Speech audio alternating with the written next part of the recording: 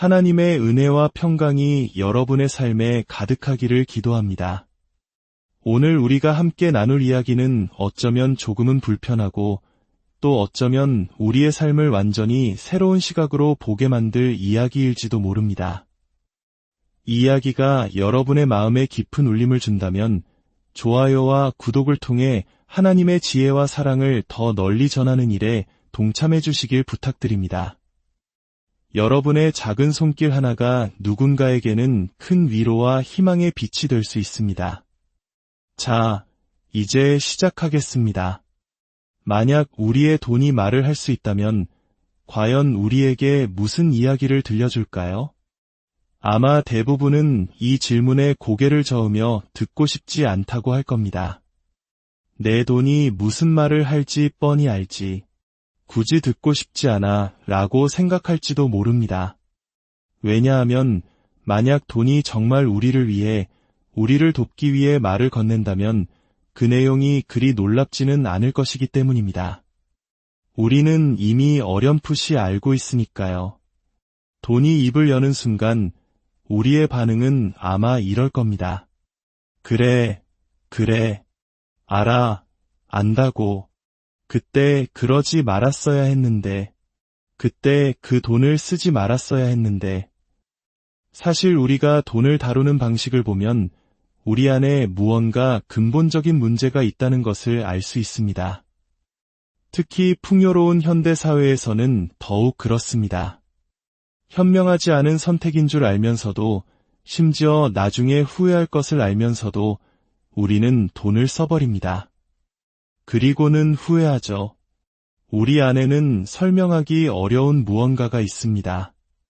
하지만 오늘 이야기의 핵심, 정말 우리를 놀라게 할 부분은 우리 돈이 할 법한 이야기가 아닙니다. 진짜 놀라움은 만약 돈이 말을 할 수 있다면 했을 그 이야기와 약 2000년 전 이 땅에 오셨던 예수님께서 실제로 하셨던 말씀 사이에 존재하는 놀라운 평행선입니다. 교회에 익숙하신 분들은 아시겠지만 예수님은 천국에 대해 말씀하신 것보다 돈에 대해 훨씬 더 많은 말씀을 하셨습니다. 예수님은 하나님 나라의 원리를 설명하기 위해 30개가 훌쩍 넘는 비유, 즉 이야기를 사용하셨습니다. 놀랍게도 그중 16개의 비유가 돈과 재물에 관한 것이었습니다. 하지만 더 흥미로운 사실은 오늘날 일부 설교자들이 돈에 대해 이야기하는 방식과는 전혀 다르게 예수님께서는 단 한 번도 사람들에게 돈을 요구하신 적이 없다는 것입니다. 항상 돈에 대해 말씀하셨지만 돈을 달라고 하신 적은 없습니다. 딱 한 번 예시로 사용하기 위해 동전 하나를 빌리신 적이 있을 뿐입니다. 그리고 그마저도 다시 돌려주셨죠. 그렇다면 예수님은 무슨 의도로 돈에 대한 이야기를 그토록 많이 하셨을까요? 복음서를 깊이 들여다보면 예수님께서 돈과 재물을 통해 무언가를 추구하셨다는 것을 알게 됩니다. 하지만 그것은 결코 사람들의 돈 그 자체가 아니었습니다. 자, 이제 본격적으로 들어가 보겠습니다. 만약 당신의 돈이 말을 한다면 가장 먼저 할 이야기는 이것일 겁니다. 나는 당신의 삶의 의미를 더해줄 수는 있지만 나 자신이 삶의 의미는 아닙니다. 돈은 우리에게 이것을 상기시켜 줄 겁니다. 장례식장에서 그 사람이 얼마나 많은 돈을 벌었는지는 그다지 중요하게 언급되지 않는다는 사실을 말이죠.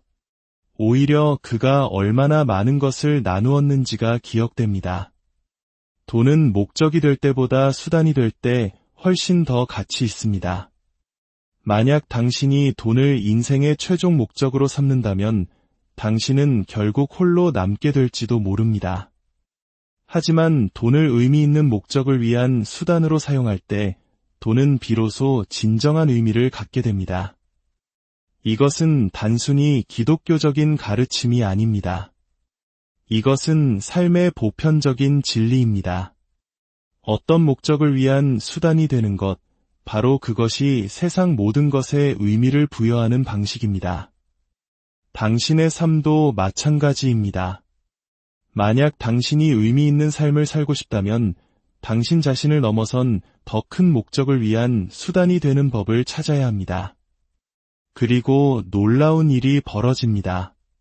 당신이 당신의 삶을 더 큰 목적을 위한 수단으로 삼기로 결정하는 순간 당신의 돈 역시 목적이 아닌 수단이 되기 시작합니다. 당신은 당신이 가진 모든 재산, 모든 자원을 하나의 도구로 바라보게 될 것입니다. 그리고 이것은 정확히 예수님께서 그의 가장 놀라운 비유 중 하나를 통해 가르치신 내용입니다. 누가복음은 1세기 의사였던 누가가 예수님의 생애에 관한 정보들을 모아 시간 순서대로 정리한 기록입니다. 이 귀중한 기록은 초대 교회에 의해 세심하게 필사되었고 오늘날 우리가 가진 성경의 일부가 되었습니다. 누가는 예수님의 여러 비유를 기록했는데 그중 하나가 바로 돈과 재물에 관한 이야기입니다. 예수님께서 제자들에게 이렇게 말씀하셨습니다. 어떤 부자에게 재산을 관리하는 청지기가 있었는데 그가 주인의 재산을 낭비한다는 소문이 들렸다. 옛날에 한 부자가 있었는데 그는 재산이 너무 많아 혼자서는 다 관리할 수가 없었습니다. 그래서 그는 자신의 이름으로 거래하고 재산을 관리할 청지기를 고용했죠. 그런데 어느 날 그 청지기가 정직하지 못하게 재산을 다루고 있다는 소문이 부자의 귀에 들어갔습니다. 부자는 청지기를 불러 말했습니다. 자네에 대해 들리는 소문이 어찌 된 일인가? 당장 자네가 관리하던 장부를 정리하게. 더 이상 자네는 내 청지기가 될 수 없네. 부자는 그를 해고했습니다. 하지만 해고하기 전에 진행 중이던 모든 일을 마무리하고 장부를 가져오라고 명령했습니다. 예수님의 이야기에 사람들은 모두 귀를 기울였습니다. 이야기 속 청지기는 혼잣말을 했습니다. 이것이 이야기의 핵심입니다. 이제 나는 무엇을 해야 하는가? 주인이 내 직업을 빼앗으려 하니 땅을 파자니 힘이 없고 국어를 하자니 부끄럽구나. 아, 내가 어떻게 해야 할지 알겠다. 이렇게 하면 내가 직업을 잃었을 때 사람들이 나를 자기 집으로 환영해 줄 것이다. 그는 자신에게 남은 짧은 시간과 기회를 이용해 미래를 준비할 계획을 세웁니다. 그가 생각해낸 계획은 이렇습니다. 그는 주인의 빚쟁이들을 하나씩 불렀습니다. 첫 번째 사람에게 물었습니다. 내 주인에게 빚이 얼마나 있소? 그가 대답했습니다. 올리브 기름 900마리요. 청지기는 그에게 말했습니다. 자, 당신의 빚문서를 받으시오. 그리고 빨리 앉아서 450마리라고 고치시오. 청중들은 혼란스러웠을 겁니다. 빚진 사람 입장에서는 갑자기 빚이 절반으로 줄었으니 행제한 셈이지만 부자의 입장에서는 명백한 사기 행위였죠. 청지기는 두 번째 사람에게 물었습니다. 당신은 빚이 얼마나 있소? 그가 대답했습니다. 밀천섬이요. 청지기는 그에게 말했습니다. 당신의 빚문서를 받아 800섬이라고 적으시오. 그는 이런 식으로 주인의 모든 빚쟁이들에게 큰 할인을 해주며 빚문서를 정리했습니다. 이야기 속에서 주인이 이 사실을 알게 되었을 때 어떻게 되었을까요? 예수님의 이야기를 듣던 사람들은 모두 그 청지기가 이제 감옥에 가거나 큰 벌을 받을 것이라고 생각했습니다. 만약 여러분이 이야기를 처음 듣는다면 여러분도 똑같이 생각할 겁니다. 왜냐하면 예수님은 그만큼 뛰어난 이야기꾼이셨기 때문입니다. 예수님은 청중들의 예상을 뒤엎으며 그들이 혼란스러워하고 집중하게 만들어 이야기 속에 담긴 진정한 의미가 무엇인지 질문하게 만드셨습니다. 모든 비유에는 하나님을 상징하는 인물과 우리 자신을 상징하는 인물이 있습니다. 사람들은 당연히 부정한 청지기가 큰 곤경에 처할 것이라 예상했지만 그들의 예상은 완전히 빗나갔습니다. 예수님은 이렇게 말씀하셨습니다. 주인이 그 옳지 않은 청지기가 영리하게 행동한 것을 보고 칭찬하였다. 주인은 그를 칭찬했습니다. 그가 한 행동을 보고 미소를 지으며 무릎을 탁 쳤을지도 모릅니다. 자네, 한 수 위로군, 이라고 말하면서요. 주인은 그 부정한 청지기를 칭찬했습니다. 왜냐하면 그가 지혜롭게 행동했기 때문입니다. 그는 자신의 미래를 염두에 두고 자신에게 주어진 제한된 기회와 시간을 최대한 활용하여 앞날을 철저히 계획했던 것입니다. 청중들은 더욱 혼란에 빠졌습니다. 잠깐만요. 벌을 받아야 마땅한데 칭찬을 받았다고요? 도대체 무슨 말씀이십니까? 예수님은 바로 이 순간을 기다리셨습니다. 그리고 비유에서 빠져나와 그 이야기를 통해 청중에게 전하고 싶었던 교훈을 가르치기 시작하셨습니다. 하나님 나라에서 부와 돈과 재물을 바라보는 관점은 우리가 생각하는 것과 완전히 다르다는 것을 말입니다. 이것이 바로 그 교훈입니다. 예수님께서 비유에서 나와 우리를 바라보시며 말씀하십니다. 이 세상의 아들들이 자기 세대에 있어서는 빛의 아들들보다 더 지혜로움이니라. 이것은 무슨 뜻일까요? 이 세상이 전부라고 생각하며 사는 사람들, 출생증명서와 사망증명서 사이의 삶이 전부라고 믿는 사람들은 오히려 영원한 약속을 받은 빛의 자녀들보다 자기들의 미래를 위해 더 철저하고 지혜롭게 계획한다는 뜻입니다. 빛의 자녀들, 즉 하나님을 믿고 영원한 삶이 있음을 아는 우리는 때때로 이 세상 사람들만큼 우리의 영원한 미래를 위해 지혜롭게 생각하고 행동하지 못한다는 것입니다. 부정한 청지기가 칭찬받은 이유는 그가 부정한 짓을 했기 때문이 아닙니다. 그가 자신에게 주어진 아주 짧은 시간과 기회를 최대한 활용했기 때문입니다. 예수님의 요점은 우리 역시 그렇게 해야 한다는 것입니다. 우리의 돈과 재물에 관해서 우리는 단지 이 생의 관점이 아니라 더 넓은 영혼의 관점에서 그것을 바라봐야 합니다. 그리고 스스로에게 질문해야 합니다. 이 땅에서 나에게 주어진 이 짧은 시간과 기회를 활용하여 어떻게 최대의 가치를 만들어낼 수 있을까? 그리고 우리가 혹시라도 놓칠까봐 예수님은 아주 구체적인 명령을 주십니다. 이 명령은 제가 성인이 되어 이 비유를 다시 읽고 그 의미를 깨달았을 때 제 삶을 바꾸어 놓았습니다. 내가 너희에게 말하노니 불의의 재물로 친구를 사귀라. 그리하면 그 재물이 없어질 때에 그들이 너희를 영주할 처소로 영접하리라. 세상적인 재물을 사용하여 친구를 얻으라는 이 명령은 그 재물이 사라질 때, 즉 우리의 삶이 끝날 때 우리가 영원한 것처로 환영받게 될 것이라는 의미입니다. 이것은 우리가 이 땅에서 가진 일시적인 재물로 영원한 가치를 만들어낼 수 있다는 놀라운 약속입니다. 솔직히 저는 이 말씀을 심각하게 받아들이지 않았을 겁니다. 단 한 가지 사실만 제외하고는요.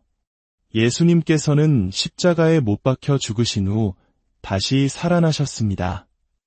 자신의 죽음과 부활을 예언하고 그것을 그대로 이루신 분이 죽음과 부활 이후의 삶에 대해 말씀하실 때 우리는 귀를 기울여야 합니다. 예수님의 가르침은 분명합니다. 우리의 돈과 재산은 목적이 아니라 수단입니다. 우리 자신을 넘어서 심지어 이 생을 넘어서는 목적을 위한 수단입니다. 지금 우리가 가진 자원이 영원한 차이를 만들 잠재력을 가지고 있다는 뜻입니다. 우리는 돈을 가지고 갈 수 없다고 평생 들어왔습니다. 하지만 이 땅을 떠난 후에도 무언가 보여줄 것을 남길 방법이 있다는 것입니다. 만약 예수님의 말씀이 옳다면 우리는 우리가 가진 것의 일부가 아니라 100% 전체를 하나님 나라의 목적을 위한 잠재적 수단으로 바라봐야 합니다. 우리가 던져야 할 질문은 이것입니다. 어떻게 하면 내가 가진 것을 더 많이 활용하여 나 자신을 넘어서는 목적을 위한 수단으로 삼을 수 있을까? 여러분 대부분이 이미 알고 계시겠지만 진정한 기쁨은 바로 여기에 있습니다. 제 아내와 저는 결혼했을 때 재정에 관해 비슷한 가치관을 가지고 있었습니다. 우리는 너그러운 부모님들 밑에서 자랐고 결혼 생활을 시작하면서 수입의 일정 비율을 가장 먼저 나누기로 결정했습니다. 교회를 위한 11조, 그리고 우리가 사랑하는 다른 곳들을 위한 몫을 떼어 놓았습니다. 저는 젊은 부부들에게 항상 이렇게 조언합니다. 수입의 몇 %로 살아갈지 미리 결정하십시오. 왜냐하면 당신은 어차피 당신 수입의 특정 비율로 살아가게 될 것이기 때문입니다. 그렇다면 생활 방식이 당신을 위해 그 비율을 결정하게 내버려 두지 말고 당신이 직접 그 비율을 선택하는 것이 지혜롭지 않겠습니까? 이것이 바로 미래를 생각하는 현명한 사람들의 방식입니다. 우리는 또한 우리가 소유한 모든 것을 다른 사람들을 돕는데 사용하기로 결정했습니다. 사용하지 않는 물건은 쌓아두지 않고 나누기로 했습니다. 지하 창고에 몇 년간 잠들어 있다가 결국 버려질 물건이라면 지금 당장 필요한 사람에게 주는 것이 훨씬 낫다는 것을 깨달았기 때문입니다. 수년이 흐르면서 우리는 물질을 이야기로 바꾸었습니다. 그리고 우리는 그 물질들을 전혀 그리워하지 않습니다. 그 이야기들은 여전히 우리에게 깊은 감동을 줍니다. 수년이 지났지만 어떤 이야기들은 생각만 해도 눈물이 날 정도입니다. 왜냐하면 우리가 미리 결정했기 때문입니다. 우리에게 오는 모든 것은 우리만의 것이 아니라 우리를 넘어선 목적을 위해 사용될 수 있는 도구라고 말입니다. 모든 분들께 질문 하나를 드리고 싶습니다. 이 질문을 여러분의 재정적 결정을 내릴 때마다 고려해 보십시오. 어쩌면 이 질문이 여러분을 자유롭게 하여 여러분이 진정으로 되고 싶어 하는 사람으로 만들어 줄지도 모릅니다. 질문은 이것입니다. 나는 더 많은 물건을 원하는가? 아니면 더 많은 이야기를 원하는가?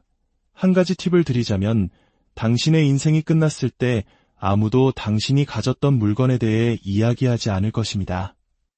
그들은 당신에 대한 이야기를 할 것입니다.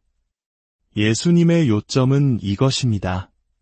돈은 당신이 그것을 당신을 넘어서는 목적을 위한 수단으로 사용할 때 당신의 삶에 진정한 의미를 더해줄 수 있습니다. 예수님의 가르침은 여기서 끝나지 않습니다. 그는 계속해서 말씀하십니다. 지극히 작은 것에 충성된 자는 큰 것에도 충성되고 지극히 작은 것에 불의한 자는 큰 것에도 불의하니라. 너희가 만일 불의한 재물에도 충성하지 아니하면 누가 참된 것으로 너희에게 맡기겠느냐? 예수님의 요점은 우리가 얼마나 많이 가졌든 상관없이 우리의 돈과 재물은 수단이자 도구일 뿐만 아니라 하나의 시험이라는 것입니다. 마치 비유 속 청지기처럼 우리는 짧은 시간 동안 약간의 자원을 관리하도록 맡겨졌습니다. 그리고 우리는 우리가 어느 나라에 더 헌신적인지를 시험받고 있는 것입니다. 이 세상의 유한한 나라인가? 아니면 우리의 육적인 삶을 넘어서는 영원한 나라인가? 그리고 마지막으로 이렇게 말씀하십니다. 너희가 만일 남의 것에 충성하지 아니하면 누가 너희의 것을 너희에게 주겠느냐? 잠깐만요. 우리는 누군가의 재산을 관리하는 청지기가 아닙니다.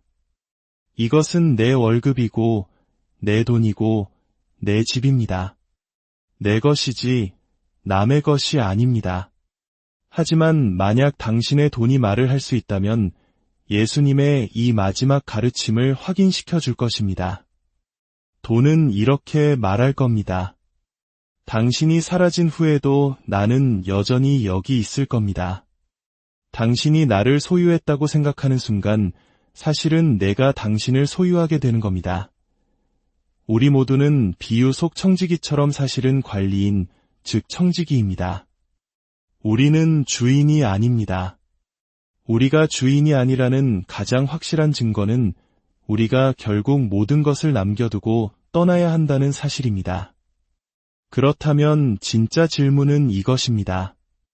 만약 당신이 주인이 아니라 단지 청지기라면 당신은 누구를 위해 그것을 관리하고 있습니까?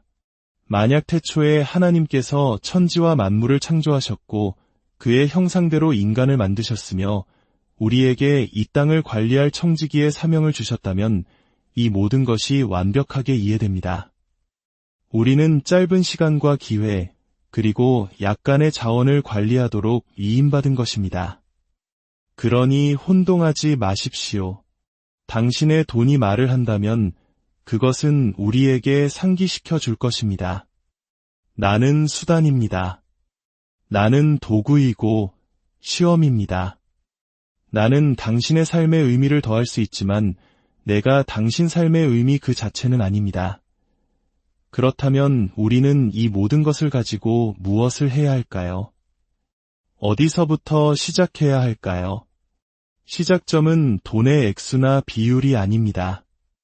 시작점은 더 큰 질문, 근본적인 질문에 답하는 것입니다. 겉보기에는 돈과 아무 관련이 없어 보이지만 결국에는 돈과 관련된 모든 것의 핵심이 되는 질문입니다. 제가 여러분에게 남기고 싶은 질문은 이것입니다. 어떤 목적을 위한 수단이 되는 것이 인생의 의미를 부여한다면 당신은 당신의 삶이 어떤 목적을 위한 수단이 되기를 원하십니까? 만약 당신이 이 질문에 답하지 않는다면 당신의 욕망이 당신의 모든 자원을 삼켜버릴 것입니다. 우리 문화는 끊임없이 우리를 축적, 소비, 그리고 더 좋은 것으로의 업그레이드라는 방향으로 끌어당깁니다. 하지만 누구도 의도적으로 그런 삶을 선택하지는 않습니다. 당신이 이 큰 질문에 답하고 그 답을 마음으로 품기 시작할 때 당신의 돈은 당신의 마음을 따르기 시작할 것입니다. 왜냐하면 돈은 목적이 아니라 수단이기 때문입니다. 돈은 목표가 아니라 도구이기 때문입니다. 하지만 당신이 이 큰 질문에 답하기 전까지 당신은 그저 당신의 돈을 따라가는 인생을 살게 될지도 모릅니다. 그리고 그것은 참으로 안타까운 일입니다. 왜냐하면 당신 자신만을 위해 산다면 당신의 인생 끝에 남는 것은 오직 당신 자신뿐일 것이기 때문입니다. 당신이 떠난 뒤 남겨진 사람들이 쌓을 몇 가지 물건들과 함께 말이죠. 이번 한 주 이 질문을 깊이 묵상해 보시길 바랍니다. 어떤 목적을 위한 수단이 되는 것이 인생의 의미를 부여한다면 나는 내 삶이 어떤 목적을 위한 수단이 되기를 원하는가? 당신이 그 질문에 대한 답을 찾고 품을 때 당신의 돈은 따르기 시작할 것이고 당신은 당신이 소유한 모든 것을, 당신에게 오는 모든 것을 본래 의도된 대로 더 큰 목적을 위한 수단으로 바라보기 시작할 것입니다. 이 가르침의 끝에 아주 흥미로운 일이 일어납니다. 누가의 기록에 따르면 예수님 주변에는 항상 그를 함정에 빠뜨리려는 사람들이 있었습니다. 누가복음은 이렇게 기록합니다. 돈을 사랑하는 자들인 바리새인들이 이 모든 것을 듣고 비웃거늘 그들은 예수님의 가르침을 비웃었습니다. 그런데 혹시 그들의 이름이 무엇이었는지 아십니까? 네, 저도 모릅니다. 우리는 이 가르침을 올바르게 이해해야 합니다. 오늘 들으신 말씀이 여러분 각자의 삶 속에서 살아 움직이며 하나님께서 기뻐하시는 선한 청지기로 살아가는데 큰 힘이 되기를 소망합니다.